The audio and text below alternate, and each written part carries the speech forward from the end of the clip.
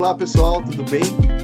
Esse é o módulo 3 do treinamento Identificando Projetos na Comunidade e a gente vai falar um pouquinho agora de como pôr em prática, né? Mãos à obra. Como a gente vai pôr em prática tudo aquilo que a gente falou no módulo 1 e no módulo 2, que se você não viu, convido que você veja antes para que esse módulo 3 seja ainda mais enriquecedor, tá bom? Bom, e aí, essa é a pergunta, né? Como a gente põe em prática tudo aquilo que a gente já viu? Lembrando que o que a gente viu até agora, né, foram as ferramentas que eu tirei aí desse manual do Rotary, ferramentas para identificar as necessidades da comunidade, recursos para os projetos rotários.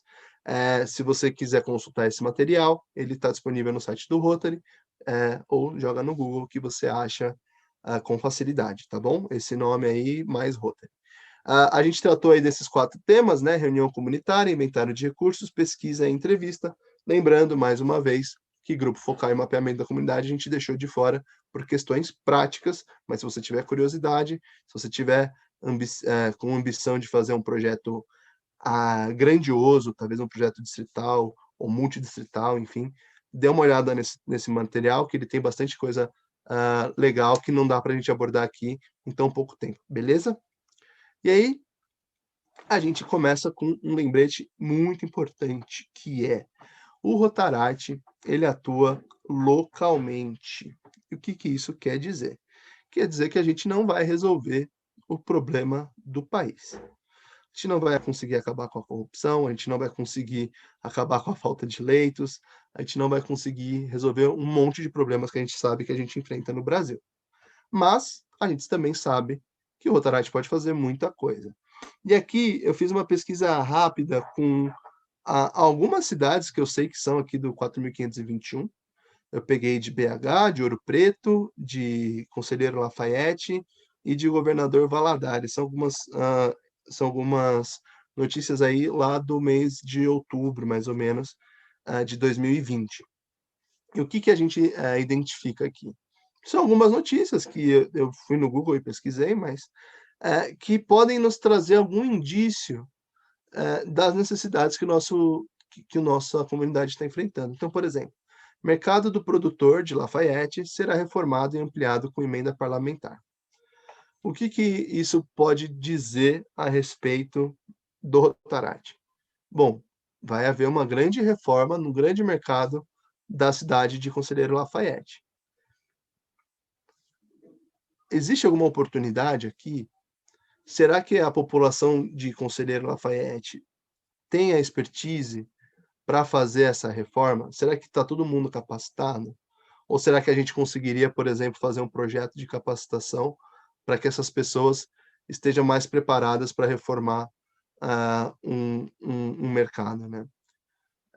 Enfim, isso foi só uma ideia, mas enfim, você pode pensar, bom, vai vir mais gente aqui para cá para fazer essa reforma. Será que eh, essa empresa que vai reformar, será que ela tem alguma coisa que pode agregar, pensando ali naquela questão do inventário de recursos? Será que ela vai trazer alguma coisa nova para a comunidade que a gente pode agregar?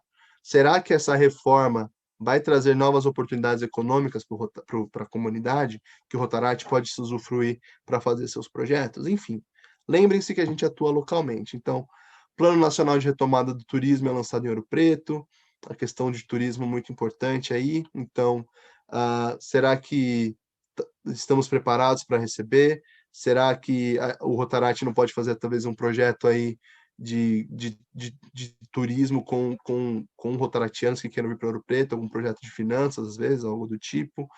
Ah, em Governador Valadares, a ampliação do aeroporto lembra um pouco também a questão do mercado, né? Então vai trazer novos trabalhadores. O que essa empresa pode trazer de bom ou de ruim?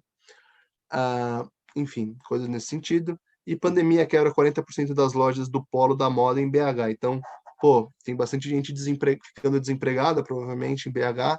Será que o Rotaract não pode entrar aí com algum projeto de capacitação, de reinserção no mercado de trabalho, de elaboração de currículo, enfim.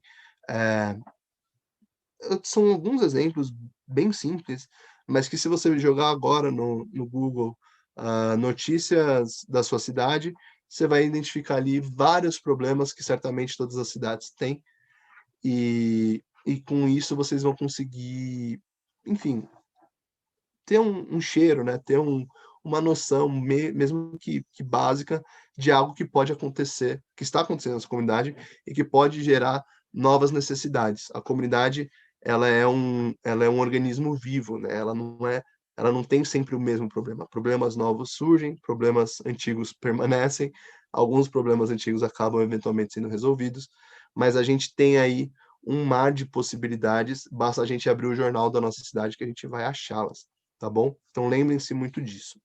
Atuamos localmente, portanto, devemos estar atentos ao que acontece na nossa comunidade.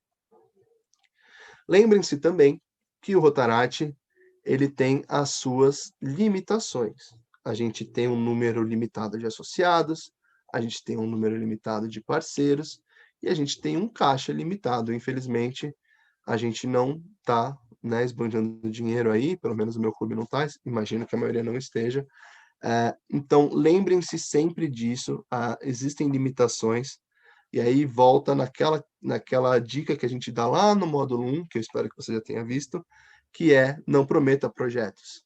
Por quê? Porque às vezes a gente acha, e mais um motivo para você não prometer é esse, às vezes a gente acha que vai dar para fazer, mas quando você para analisar um pouco melhor, faz um levantamento do inventário do Rotaract, né, de tudo que a gente tem para oferecer, a gente fala, ih, talvez tenha falado demais, né? Talvez a gente tenha prometido mais do que a gente pode entregar. Então, lembrem-se das limitações. Às vezes a gente se empolga, a gente acha que dá para fazer, que vai dar, a gente está na empolgação lá, está todo mundo tendo aquelas ideias e está empolgado, engajado, isso é ótimo, mas sempre bom ter pé no chão, lembrar das suas limitações, para que a gente não corra o risco de não conseguir completar o projeto, né? Às vezes é melhor ter um projeto mais modesto, muito bem feito, do que um projeto grandioso, mas que ficou capenga porque faltou dinheiro, ou porque não tinha mão de obra, ou porque os parceiros que eu tinha não foram suficientes para suprir todas as necessidades conforme o planejamento do projeto, tá? Então lembrem-se sempre disso. E aí, quais são os primeiros passos, né? A gente já caminhando aqui para o final. Lembrando que a gente passou pelas ferramentas, né? Então, a gente tem a reunião da comunidade, o inventário de recursos, a, a pesquisa e a entrevista. Você não precisa fazer os 4, obviamente, qualquer um deles individualmente, às vezes, já daria para você identificar necessidades, mas o ideal é que você sempre junte pelo menos 2, entrevista e pesquisa, reunião e entrevista, inventário mais entrevista, enfim, o inventário ele é algo mais chave, assim, você consegue fazer ele em paralelo com qualquer um dos 3, né? Mas, então, organize os dados coletados nessas 4 ferramentas que você fez. É importante que vocês organizem tudo na hora de apresentar, então, aquela pessoa que é a coordenadora do projeto, né, ou desse levantamento, ela apresenta os dados para o clube de maneira organizada, para que todos possam ter uma visão geral, né? Principalmente agora nesse cenário de quarentena, muitas vezes nem todo mundo pode participar de tudo, obviamente. Então, aquela pessoa que é responsável, é importante que ela organize esses dados muito bem organizados. E aí, uma recomendação, uma ideia que eu dou aqui, é que vocês façam aquele processo de brainstorming, que vocês peguem esses dados coletados, identifiquem o problema principal, ou qual vai ser o problema que vocês querem atacar, lembrando das limitações. Então, putz, a gente identificou que o problema maior é, não sei, um problema muito grave, sei lá, problema de moradia ou saneamento básico, que, enfim, é possível ser feito em projetos, mas que são projetos grandiosos. Tenta ir para o segundo problema, às vezes. Se você vê que as limitações do seu clube não estão permitindo que vocês resolvam um problema primordial, que isso não seja um desestímulo para que vocês não façam o projeto. Por isso que é importante você ter vários dados para que vocês saibam quais são os principais problemas daquela comunidade e vocês escolham aquele que é possível dentro da realidade do seu clube. Então, o brainstorming ele ajuda a ter essas ideias, né?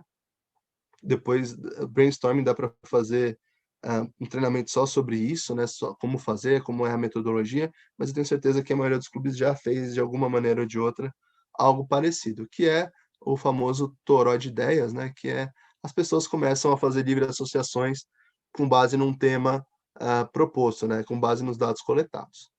Depois desse brainstorming, é importante que vocês refinem as ideias, né, então juntem as ideias que são mais relevantes, que são mais factíveis, né, que sejam mais viáveis de serem feitas.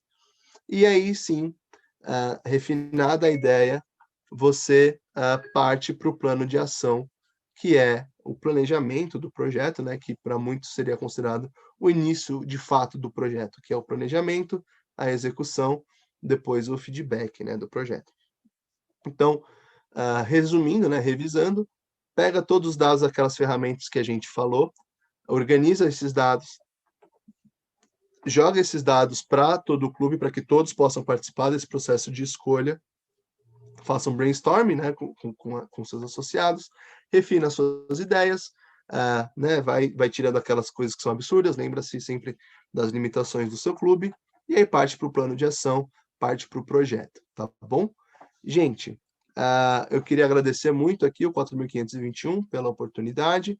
Esses daqui são os meus contatos, que eu estou disponibilizando no módulo 3, porque eu quero que você chegue até o final, tá bom? Então, obrigado mais uma vez, obrigado aí a toda a organização do 4.521 e parabéns pelo Projetos Mais, que é um projeto incrível que vocês estão fazendo, tá bom? Muito obrigado.